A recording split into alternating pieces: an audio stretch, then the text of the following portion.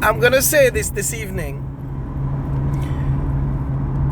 Jamaica has failed miserably because the people of this country has refused to take it to the streets like I have and have been doing. When I see the many Jamaicans who come to me on a day-to-day basis, and when I say many, I mean many, who say, Marvin, we stand with you. Marvin, I support you. Marvin, I this. Marvin, I that. And I thank them. And when I look at the comments online of the many people who stand with Marvin, let me tell you this. This is not just a Marvin fight, this is all of us fight. This is all of us fight. If any one of you plan a protest tomorrow, I'm going to show up. Because it's all of us. If any one of you decide to be shot and killed by police illegally, I'm going to stand with you. If any one of you are robbed, cheated out of your land or your legal and lawful possessions, I'm going to defend you. If a child dies at the hospital and it is malpractice, medical malpractice, I am going to come and defend that parent. Yeah? Because this is who I am. It doesn't matter what the scenario is or the problem. Me, I go turn up for me Jamaicans them. We all have a fire in us burning for change, burning for better wages, burning for better policing, burning for better governance, burning for better schools, burning for better hospitals, burning for better roads, burning every god day. There's a group of us, a large group of us who are frustrated, who are tired. The suicide rate is going through the roof. More than 67 persons unalive themselves of 2024, 61 of which were men. This year, it's even more alarming. Next year, it's going to be worse. I am sure of it because the problems are mounting and nothing is being done to solve the problems that we have. And more problems are being added. And people are comfortable with the kind of governance that is in this country. And it is really sad. Now, I understand. I think Paula Llewellyn might be considered to be the next Governor General. It is alleged. It is alleged. I don't have any confirmation on it. I saw a post online today with someone congratulating her on becoming the next Governor General. I don't know how much of truth there is to that. But if you ask me, how on the God's green earth could someone like Paula Llewellyn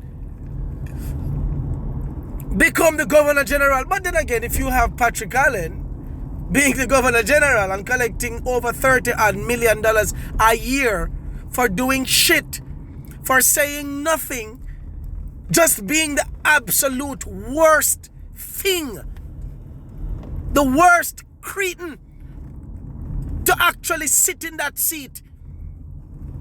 Now they're gonna put the Paula Llewellyn. Let me give you a history of Paula Llewellyn for those of you who don't know. This is the former public prosecutor, yeah, the DPP, the director, the former director, who was completely embarrassed, and all of us should have been embarrassed with her in the Vybz Kartel case, where this woman blatantly breached the man's rights,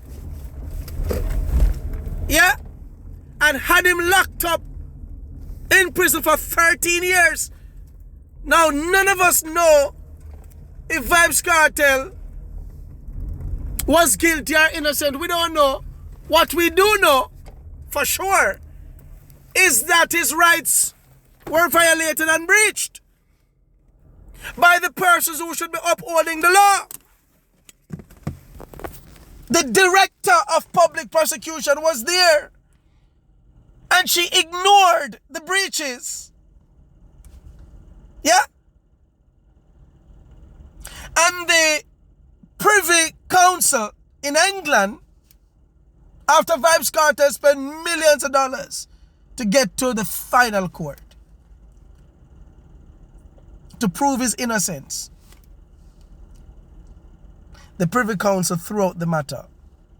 In less than 2 weeks, they decided that Vybz Kartel was to go free because his rights were violated.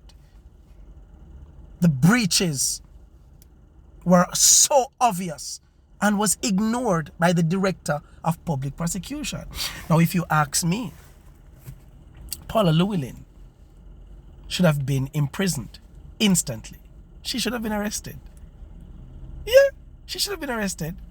She broke the law. She violated the constitutional rights of a Jamaican citizen who was incarcerated for 13 years.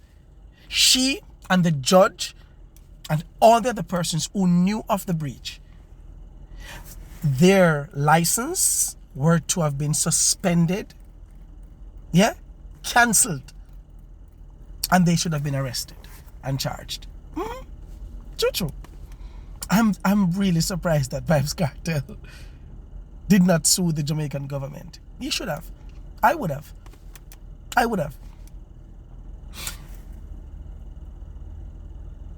Paula Llewellyn have done some very, very serious, have made some very serious judgment on matters here in Jamaica that have been overlooked by the Jamaican people. Nzinga King, Rastafarian young lady, who from the little girl was born, her parents never ever put one scissors or a shear in her head. Nzinga King, a teenager at the time, locked up in Clarendon and had her locks removed, cut by a policewoman.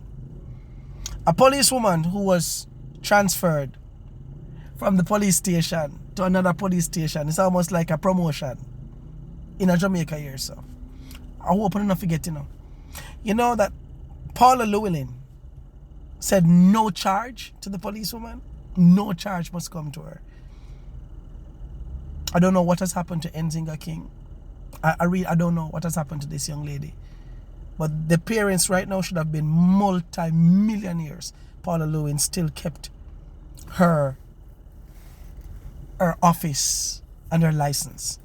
Paula Llewellyn, same person who said no to the Speaker of the House at the time, Daryl Limple Filbert, who she and her son was caught by the police officers dumping their garbage. Yeah, in a public, in a broad daylight.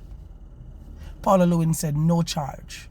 The same Paula Llewellyn, of course, said to Floyd Green, the Minister of Agriculture, who was the Minister of Agriculture in COVID, who got a slap on the wrist, where he and his friends were at a hotel, who videotaped themselves and sent it out to the Jamaican people, mocking and jeering all of us who was respecting the so-called COVID lockdown. Paula Llewellyn says no charge. And God knows who else is a no charge. We've heard of men and women right now in the prison who've been locked up without trial for however long, and these people are collecting millions of dollars a month time. Millions of dollars, and now to be given one of the highest posts is being considered to be given allegedly the highest post in this country, which is the Governor General. We are a flipping sick set of people. We're a sick set of people.